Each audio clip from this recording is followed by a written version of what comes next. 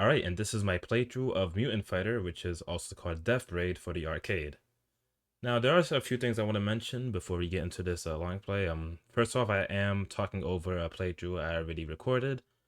Second, this is a 1cc playthrough that was done on MAME. I played it on version 0.258. I played it on the default settings without any cheats or turbo or anything like that. And I think you see that in a bit. You will see that I checked the settings just to make sure that everything is fine. And throughout this long play, I'm going to go over the game itself, the strategies I used, just overall how this game plays, because not many people know this. I don't think I ever mentioned this game at all. This might be the first time I ever even mentioned this game. But I actually I don't know how to say this. I like this game, but this game is very, very difficult, dare I say insufferable, if you don't have any strats ready. So yeah, you can see here that the dip switches, everything is fine. I can't imagine playing this on a harder difficulty because, man, this game is very rough. But again, I'll get into that during the long play. With that said, let's go into the characters. So you have the fighter, the Amazonas, the Hercules, a Minotaur, Werewolf, the Golem, the Beast, and the Dragon. So the only strats I know is for the Dragon. You can finish the game as the Werewolf. I've never watched any other videos that use like the other characters. But yeah, I only know strats for the Dragon, and if you are going to use someone else, then I can't really give much advice because the gameplay is not very 1cc friendly, and I'll get into why in a moment. So, something I should mention now, the stage order is kind of important. Thankfully, this is the first stage, and it's relatively simple. You don't really need to know much about the game to get through it. And from here, I'm going to explain the controls. So, this is a 2-button fighting/wrestling game. Button 1 is weak attack and button 2 is strong attack, if I'm not mistaken. If you press weak attack or strong attack 3 times in a row, your character will do a combo. And this combo won't happen if you're holding a direction, like if you're holding up or down. This is very important for one certain fight, which I'll get into later. And while the opponent is down, you can either press weak or strong attack to hit them while they're down. You see right here, I think I use either, yeah, that's strong attack. So later on, you can't really use strong attack as much because they'll get up way too fast for you to land it. But yeah, other than that, you can like right there, I use the weak attack to get a fast down attack right there. But yeah, that's what you can do while the opponent is down. And you can also run in this game, as you just saw. You gotta press forward twice, and you can either perform a weak running attack. For the Dragon, it's like a charge move where he's like running with his head out. Or if I press strong attack, he will instead perform a jump attack. And trust me, that jump attack is going to be very, very important for the later fights. So now that I explained the controls, I can kind of go over this game in a nutshell. Mutant Fighter, aka Death Raid, is a game that if you've played plenty of other wrestling games, grabs can feel like a 50-50. Now, I never tried this game with like a turbo controller or turbo buttons or anything like that, so I don't know if like it's a case of Beast Wrestler where if you have a turbo controller, the game like you can't actually lose at all. But definitely for sure, just from a standpoint of like me like mashing the buttons whenever a grab happens, the grabs definitely do feel like it's RNG. Like there seems to be no control over who gets the grab or not. Now, so because grabs are kind of RNG, at least against the CPU, you obviously don't want to grab them often, but this is where the biggest problem with Mutant, I was about to call this game Beast Wrestler. This is where the biggest problem comes. So this is a super. It's done by holding up and mashing the buttons. I think you gotta mash button 2, but just in case I mash both button 1 and button 2. They do a lot of damage. You usually get your super meter from getting hit. And yeah, as good as the super is, again, it still counts as a grab, so it's kind of RNG against the CPU. You won't always get your super out, even if you have your meter available. So, because grabs are RNG, you usually wanna, when it comes to the later CPUs especially, you wanna attack them by other means, which you seem to be doing here. I'm using this jump attack. Now, this jump attack is special because you can see there that the CPU was blocking but because the jump attack was hitting them like above, like kind of behind them, maybe like a fake cross up, it actually hits them. And that is the strat you're going to see for most of this game. It is absolutely mandatory because, again, grabs are complete. I mean, unless you're like, I don't know, cheating with like unless you're using cheats or maybe you're like using a turbo controller, grabs are 50-50. And if you try to play it that way, chances are you're going to have to use a quarter or two in order to get through the fight. So for a lot of this playthrough is going to be me using this jump attack because it can cross up, which makes it technically non-blockable since the CPU is just going to sit there. Obviously this wouldn't work against a real human because they can just move out of the way. So this is just really a case of me exploiting the AI. Now, you could try to play this game by like using grabs or whatever, but again, there's two big problems with this. One, chances are the CPU would just win the grab and deal more damage to you. Now that's bad enough. Like obviously you can just lose a quarter from them dealing too much damage and you just like lose all your life or whatever.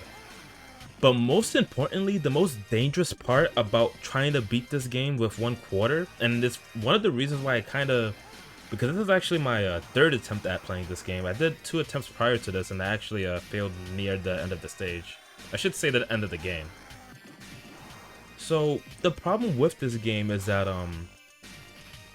the life bars, as you go on, it gets bigger and bigger and bigger and bigger. Now before, like, man, there's so many things to talk about. But before I get into the life bars, maybe talk about the order of the fight. So from here is where the order is very important. Now you can either go Hydra, Golem, or Amazonas. I personally prefer Amazonas, Golem, and Hydra because every time you win a fight, the life bars get longer and longer and longer. And it gets to a point where, because I'm playing this way, where I'm trying not to grab them or like interact with them in that way, the timer is actually the most deadly opponent of this game. Like the timer would just creep up on you, and unlike most fighting games where the timer goes to 0 and it goes to whoever has the most health, if the timer goes to 0, you lose instantly. Like all your health is gone and you have to put in a quarter to continue. So once you see in this game, the timer will be your worst enemy by far, no matter what. Especially since like you don't want to grab the CPU because, I mean, look at this. I'm having a hard time trying to get a grab in myself. It's just complete RNG. Like unless you get really lucky or you're using some kind of cheat, you do not want to grab them. So yeah, a lot of this game is going to be me using this cross-up strat. So you see me back up. Now, the way I do this is you want to take like 3 steps back. So you see me do it right here. 1, 2, 3, and then I do it again. 1, 2, 3, and then I do it again. And you kind of have to change it up a bit when they get near the corner since they obviously won't go as far. So I take like maybe a few more steps. Because they don't fly back as far as this is no room. So I take about 4 steps and then do it. And yeah, that's kind of the trick to this. You want to knock them down like with the jump attack, and then you want to like take 3 steps back and then do the running attack forward again when they're about to get back up. Now another thing about this is when they get to low health, very low health, because the important thing is how they get up. Now when they get to very low health, they get up like this, they just get up normally, they will stand up. But when they don't have low health, which is for most of the match, they will do a flip forward, and that's why I take 3 steps back. But once they get to low health, you have to change it up and not go as far back. Again, you'll see more of that during this long play, so I'm sorry if my explanation doesn't sound very good. I'll still mention it again later. So for this fight, the Golem, he has a lot of health. What you want to do here is you actually want to like bait him to the top of the screen, like while you're on this top platform. And you kind of want to get in a situation where you're on the bottom platform, like right here, and he's on the top. So you can see me trying to do that here. I'm like moving up, trying to just get him. I'm going to use an attack so that he can try to stay there. And now the fight is over. So because he's up here and he's going to try to hit me, thankfully my attack is faster. Wow, that was very loud outside. And you want to hold up while you're doing this, because if you stand still and press a like weak attack, you just get the combo. And as I mentioned in the first fight, the combo attack I don't think I mentioned this part, but when you do the full combo, it knocks them down. And in this situation, you don't want that to happen. So you get the Golem in this situation, you hold up so that you never do the combo, no matter how fast you're pressing the attack button, or I should say weak attack. And by doing this, you just keep him in this loop forever. Now, is it possible to beat him without doing this? I think. I mean, yeah, obviously it's possible. Like, but the problem is that this stage is way too slippery to like consistently get stuff going, and like I feel like this is the most optimal way to deal with this fight. So yeah, this is why I always pick the Golem for my. Well, he's technically the 5th opponent, so yeah, I always pick him 5th because I do feel like he has more health than the other two. Especially since against the other two, I feel like it's easier to get the loop against them. Which, again, you'll see that later. And yeah, this is a pretty easy fight. So what else should I mention?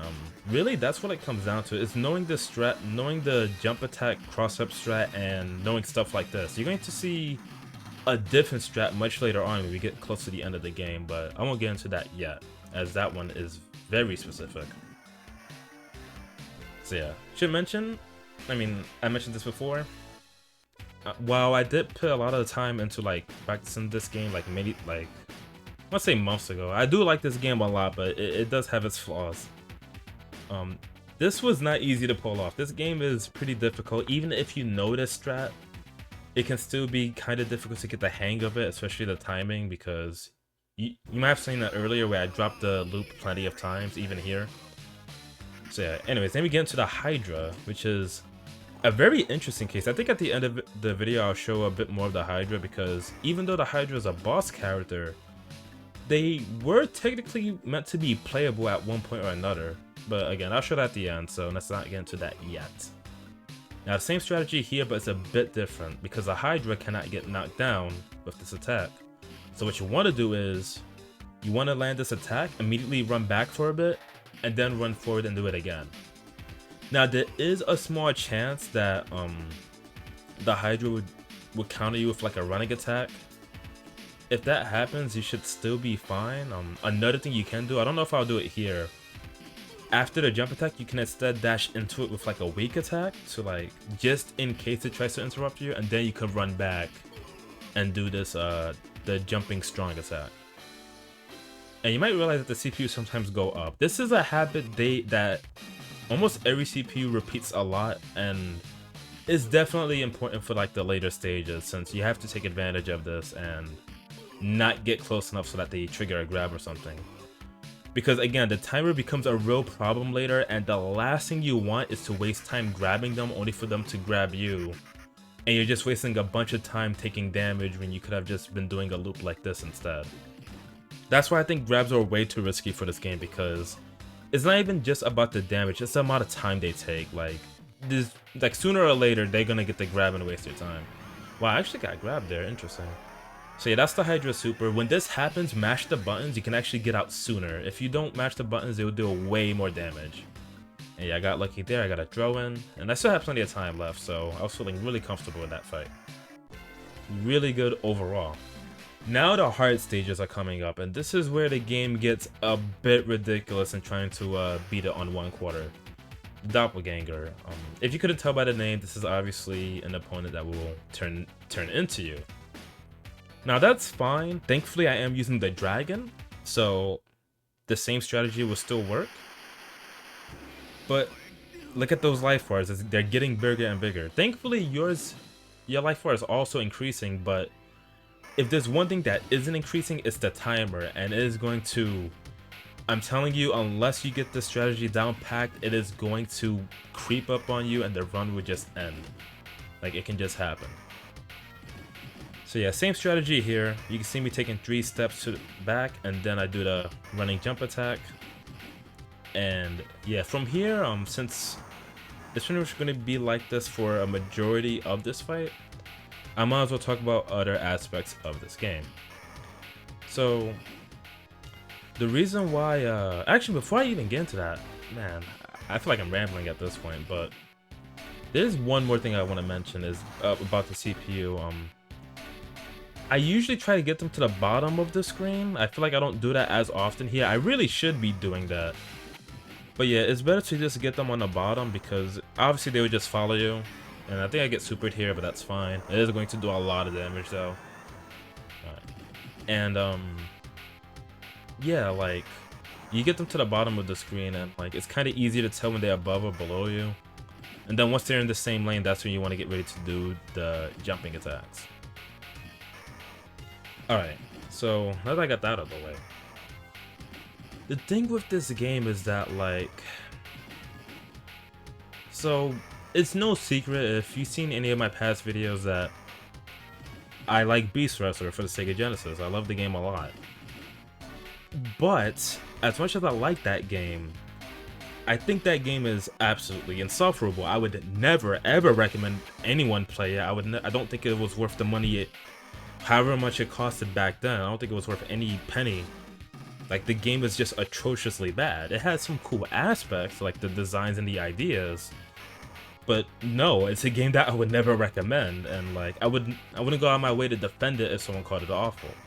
Again, I like this game. I mean, I love Beast Wrestler, but I'm not defending it. No, that game has way too many flaws. I feel like the reason why I'm mentioning that game so much is because I feel like this game is what Beast Wrestler should have been. It's just like, you know, just a game where you just press buttons, you know, you got these big characters and all that. Like, it doesn't have to be complex, it doesn't have to have any insane stuff like that. Like, it could have just been a simple, like, fighting game with some, like, moving up and down. It didn't have to be, like, isometric and all that. And I probably would have enjoyed it way more if that was the case. Which is ironic because Beast Wrestler is a very easy game if you know what you're doing. But this game right here, even if you know what you're doing, it can be very, very difficult. And again, I can't imagine playing this game on a higher difficulty. It's just, ugh. And the fact that there's an option to make the timer faster, like, no, I refuse. Anyways, so this is where the game gets advanced. Here is Pazuzu. Probably one of, if not the best designs in the game. Like, this guy looks really freaking rad. Like, I'm surprised he's not in Beast Wrestler, but anyways. This fight, I don't think the cross-up jump works. Like, I tried it a few times and I never got it to hit from behind him. So what you want to do here is bait him to the spikes and then get as close to the spikes as possible while moving down. And you just want to hope he walks into it. If you try to fight him normally, most likely he's either going to defeat you or you're going to run out of time. Like, that is like 90% the case. So I found this strat to be much more consistent, kinda. That you're going to see that sooner or later he's just going to walk towards me and try to attack, like right here. And unfortunately, I'm in a very tight spot, so it's hard to like get out of the way without him trying to grab me or like go into a lock. Yeah, that did a lot of damage. And yeah, from here I'm just trying to like get out. So when he gets closer, you want to immediately like just get out of there. Just try to run to the other side. I'm trying really hard to do that. Thankfully I rolled out the way. So yeah, I'm just running to the other side. What I was trying to do there is I was trying to hit him to get him into block, so I had more time to get away. Unfortunately, this is going really badly, and I think at this point in the run, I thought like the run was over, but thankfully he drew me to the like right near the spikes, so I could have got it started if I didn't just walk into the spikes like an idiot. Cause like you got to be close to it, but not too close, otherwise you get hit. So yeah, just going to do it right here, and you see me whiffing the punch. I don't think this does anything. Like, I don't think it manipulates the pattern, but I always do it just in case. It just makes me feel a bit better. Like, maybe I am accomplishing something by just drawing out punches every now and then. Should say the entire fight. And yeah, I think it's right here that I don't know if this pattern is consistent. I don't know if it's because I got lucky. I don't even know if it's because I'm whiffing these punches here. But for the rest of this fight, he just keeps walking to the spikes. And sooner or later, he's going to lose all of his health from doing this. And yeah, I don't know how else to defeat him consistently. Like, obviously, it's possible to beat him without resorting to this. It is possible. But like, I don't think it's consistent. Like, most likely than not, he's going to beat you or you're going to run out of time. So I do think this is a more consistent strat. You just want to... Again, it's about him being above you and you want to get close to the spikes, but not really, not too close. And if he starts walking to the spikes and you're close enough that he does it again, then you're in the right spot. At least that's all I know. There's probably a bit more to the strategy, but it was enough for it to work. I still had 20 seconds left. And yeah, that's probably the hardest fight in the game, assuming there's no way to do it consistently. I don't know if there is, but yeah. And yeah, now we're up to the final boss, the Archmage. So for once the advice is right, it says keep close to him. Now from my experience, he might be how can I say this? Obviously he has a lot of magic and they're very dangerous. But he's, compared to the other opponents, it seems like is relatively like how can I say this? Like grabbing him, it feels more likely that you win the grab over him. Like I want to say like 80 to 70% of the time. So the strat for this fight is just to stay on him. Like always try to trigger a grab when you can and then just immediately mash the buttons. Now when I do grab him, I do immediately let go of the directions and then just mash both buttons, because usually obviously you got to move into him to start the grab, but sometimes because I'm holding forward during the grab, I instead do the Irish whip where you like throw them to the other side. And you know, Irish whips don't do damage, so that's obviously not what you want to do. So the second I grab him, I just mash the buttons and hope for the best. And again, it's not super consistent, but in terms of like the times I fought him, it always seemed to work just enough in that I can defeat him before he defeats me. Especially since I have my super, which I think I am going to I think I try to do that here in order to get the damage out, because again, supers are really useful. You just hold up and mash the buttons. There we go. Look at that damage. And I think a down attack should do it. I was scared to do it there though, because those spikes he summons, they're really active. And I'm actually really low on health too. This was a really close fight. But I think a down attack should do it. Yeah, there we go. And that was Mutant Fighter for the arcade. I managed to get, I mean, it took some time. Again, it took 3 attempts, but I managed to get through it on 1/4. I do think that I could have did a much better job. I probably could have even gotten more points too, but yeah, that was man, what can I say about this game? It's pretty simple. It's definitely pretty grueling if you don't have any strategy like ready on the fly. But this is really it comes down to this, right? If you got a quarter, it's fine to like play for like a quarter or two. It's harmless. But when you're trying to beat the game, that is when like you must know what you're doing, because if you don't, this game can very well take an hour, maybe even like at least 40-30 minutes. It is. Oh, and if it's 2 players, oh man, that's just because with 2 players you actually have to face 2 opponents, and that can take quite a while. But it can be fun to like sandwich both opponents if both players know what they're doing.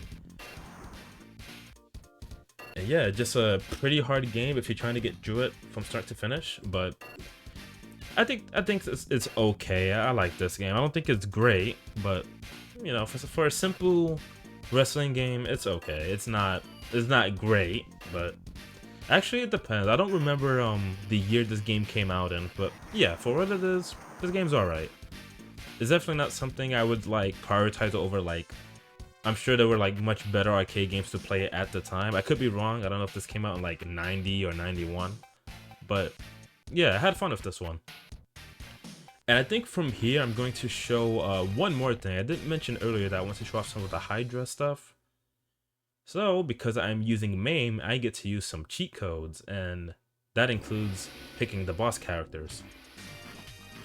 And I should mention that there is a ROM hack of this that actually has the boss characters enabled on the character select. And it actually shows the Hydra's like icon, like it shows a picture and all that. Whereas with like, I think with Pazuzu and the Archmage and the Doppelganger, it just shows a silhouette. So right here, you're going to see me activate the cheats. I'm going to pick the Hydra for player 1 and the Hydra for player 2. Because I actually want to show off that, like, even though the Hydra isn't normally selectable, they seem like they were meant to be selectable. Like, maybe they were meant to fill the slot in the middle. Yeah, look at that. They even though the palette does look glitched on the bottom left, yeah, they actually have a second palette, which is more of a reason why I think this character was meant to be playable. And even better, if I think I show off the super right here, they even have an animation for it as well.